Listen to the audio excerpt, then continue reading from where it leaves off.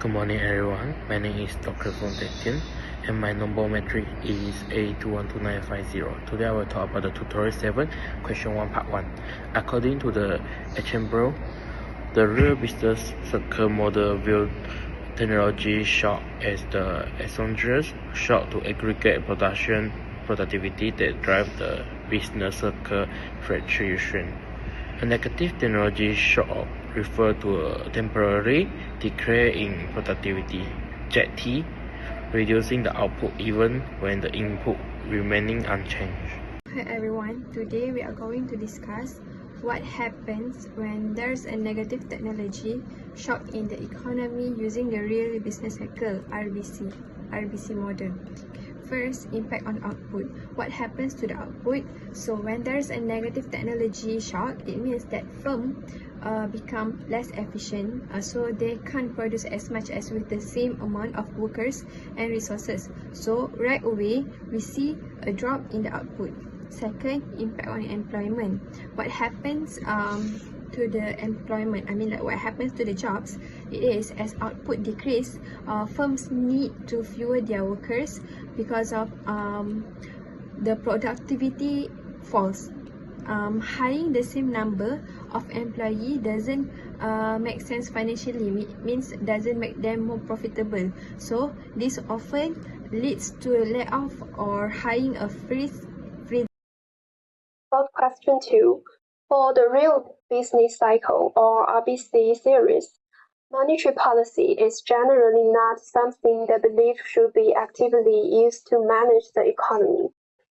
The key idea is that business cycle fluctuations mainly come from real shocks, especially technology shocks, rather than changes in the money supply. In the RBC framework, people are assumed to be rational and the markets work efficiently.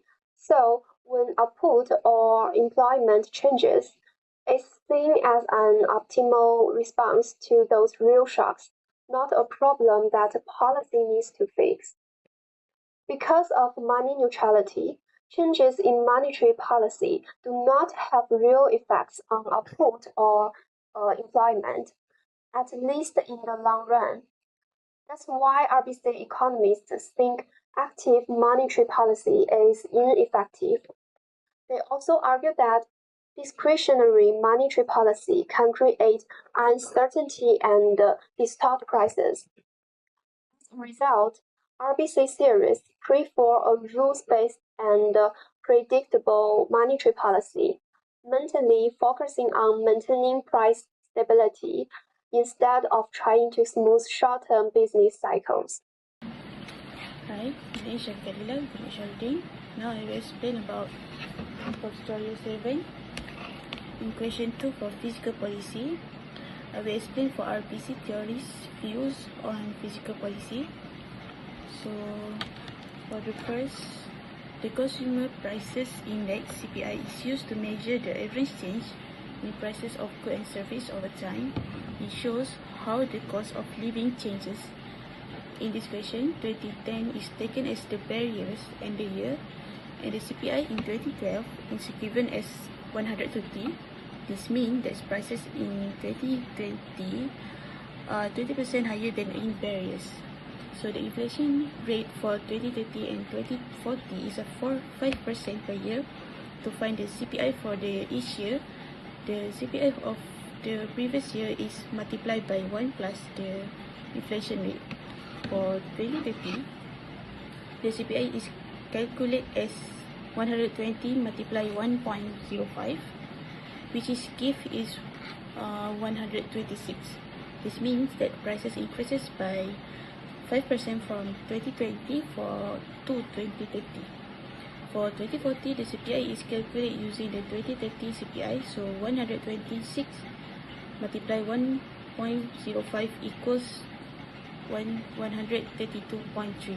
This shows that prices continue to rise by another 5% for 2030 to 2040. So for the conclusion, the CPI increased from 120 in 2020 to 126 in 2030 and to 132 4.3 in 2014, and showing a steady rises in the cost of living over these 2 years due to inflation. My name is Muhammad Hakimi and matrix number is A212942. For my part, I will explain for the business cycle. So, in the real business cycle model, economics fluctuations are caused by real shock, especially technology shocks. When there is a negative technology shock, productivity falls. So, output, employment, and consumption decrease. So, RBC economists believe that monetary policy is not effective and fiscal policy. It should be limited because the economy can adjust by itself. Thank you.